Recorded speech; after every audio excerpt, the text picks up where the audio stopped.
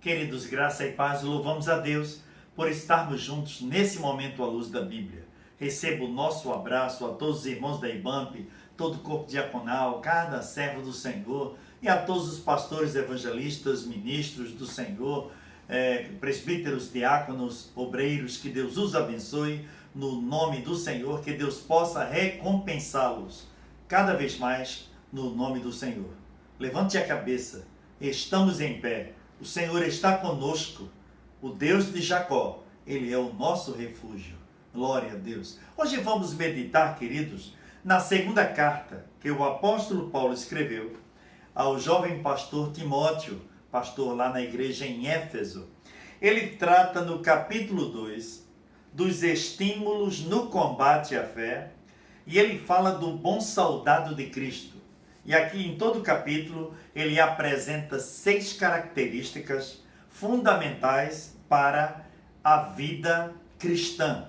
Eu aqui, nesse momento, eu vou apresentar 3, amanhã eu apresentarei as outras 3, no nome de Jesus. Ele começa o capítulo 2 dizendo assim, da sua segunda carta: Tu, pois, filho meu, fortifica-te na graça que há em Cristo Jesus, e o que de mim, através de muitas testemunhas, ouviste, confia-o a homens fiéis, que sejam idôneos, para também ensinarem aos outros.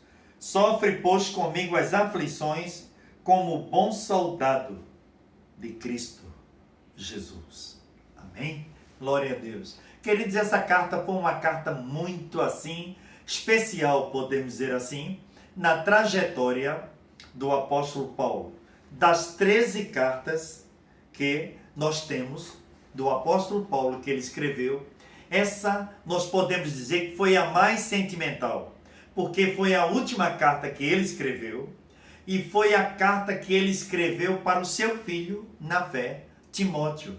O jovem Timóteo foi gerado através do seu discipulador, nada mais, nada menos do que o apóstolo Paulo. E ele estava preso em Roma, estava aguardando a sentença do seu martírio pelo imperador. E logo depois que ele escreveu esta carta, saiu a sentença da sua execução. Então foi uma carta muito sentimental, tanto para ele, que escreveu, como para Timóteo, que recebeu esta carta. Eu tenho certeza que ficou gravado em Timóteo até o dia que Deus o chamou. Esta segunda carta, que o apóstolo Paulo traz minúcias, embasamentos para a característica cristã que o Timóteo tanto estava necessitando e iria necessitar no futuro próximo, tendo em vista a igreja que ele assumiu lá em Éfeso. Mas aqui, queridos, eu quero destacar 3 características. A primeira característica, ele diz no versículo 4, 3 e 4, sofre, pois, comigo as aflições como bom soldado de Cristo Jesus. O versículo 4, ele diz assim: nenhum soldado em serviço se embaraça com os negócios desta vida, a fim de agradar aquele que o alistou para a guerra. Outra tradução diz, assim de agradar aquele que o arregimentou para a guerra. Paulo traz aqui a figura do soldado, e tendo em vista com os 2 anos que ele passou lá em Roma, ele foi guardado pela guarda pretoriana, era a guarda que tinha um status na corporação romana, e esteve durante esses 2 anos fazendo a segurança do apóstolo Paulo. Então ele traz aqui a figura do soldado para Timóteo. Sofre comigo as aflições como bom soldado de Cristo. Ele traz a figura do soldado e transfere esta figura do soldado para o soldado espiritual. Ele traz aqui que o soldado não pode se embaraçar com os negócios desta vida. Soldado, quando está na corporação, ele visualiza o serviço, o plantão que ele tem de tirar na corporação, haja o que estiver acontecendo fora. Mas enquanto ele está ali, ele tem um dever de servir a pátria que o arregimentou. Espiritualmente falando, o apóstolo Paulo disse a mesma coisa para Timóteo. A segunda característica, ele fala do atleta Ele diz no verso 5: igualmente o atleta não é coroado se não lutar legitimamente.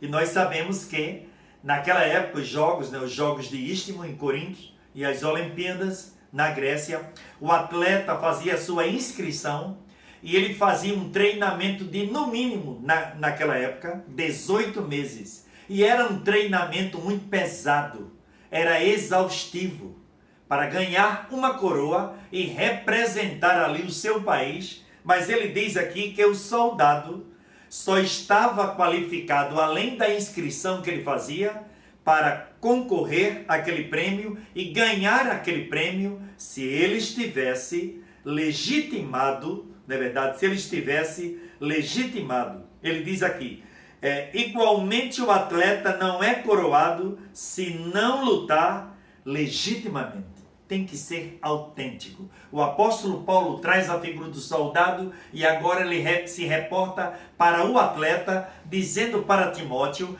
que o atleta passa por aquele treinamento todo, aquele sacrifício, não era fácil, mas ele está lutando porque está legitimado para defender a sua pátria. Espiritualmente falando, Deus está dizendo para mim e para você que, como bom soldado de Cristo, nós temos que continuar olhando para Ele, e como bom atleta de Cristo, temos que estar legitimados, porque estamos lutando em prol de um prêmio espiritual, e é o Senhor Jesus que vai nos premiar para a honra e para a glória do nome do Senhor. Em terceiro lugar, versículo 6, ele fala do lavrador esforçado. Ele falou do soldado, ele falou do atleta, agora ele fala do lavrador esforçado. Verso 6, o lavrador que trabalha deve ser o primeiro a participar dos frutos. No verso 7 ele disse, considera o que eu digo, porque o Senhor te dará entendimento em tudo. E quando nós estamos estudando sobre a vida do campo, a agricultura não é fácil. Tem que lavrar a terra, tem que preparar a terra, tem que adubar a terra, tem que selecionar depois desse trabalho todo as sementes especiais para plantar no tempo, aguardar a chuva de plantar e depois esperar para que possa colher e ter uma boa ceifa. Deus está dizendo para mim e para você, neste momento, nesta reflexão, como o apóstolo Paulo escrevendo a última carta que ele escreveu a Timóteo, ele disse, olha Timóteo, nenhum soldado se embaraça com os negócios desta vida, porque ele sabe quem o arregimentou. E Deus nos arregimentou para esta guerra, para estarmos trabalhando, lutando para Ele. Ele fala do atleta, que o atleta não é coroado se não lutar legitimamente.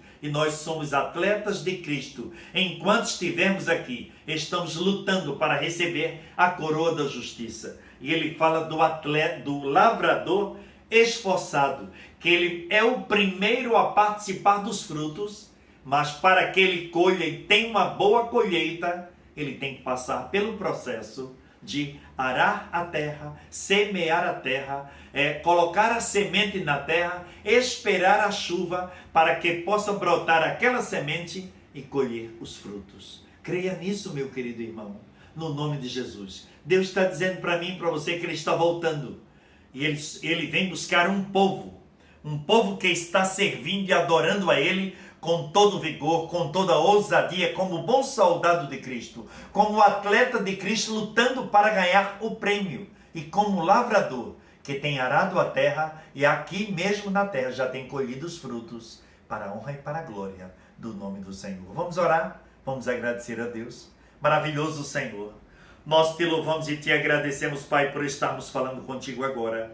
Eu quero te dizer, Senhor, muito obrigado por este dia que tens nos concedido, ó Pai. Não merecemos nada, mas a tua graça, o teu favor imerecido, o teu beneplácito é de uma proporcionalidade tão grande para conosco. E nós só somos, ó Pai, agraciados teus. Pai querido, no teu nome eu quero te apresentar cada um dos teus filhos, aqueles que estão enfermos, aqueles que estão passando por adversidade, aqueles que estão, ó Pai, te pedindo algo, aqueles que estão, Senhor, que nesse momento não estão com esperança, mas Tu és a única esperança. Pai querido, te apresento o Brasil, o presidente da República, toda esta nação. Pai querido, continua agindo, Senhor. O vento que está passando, Senhor, está passando porque Tu estás permitindo e Tu estás conduzindo esse vento para a honra e para a glória do Teu nome.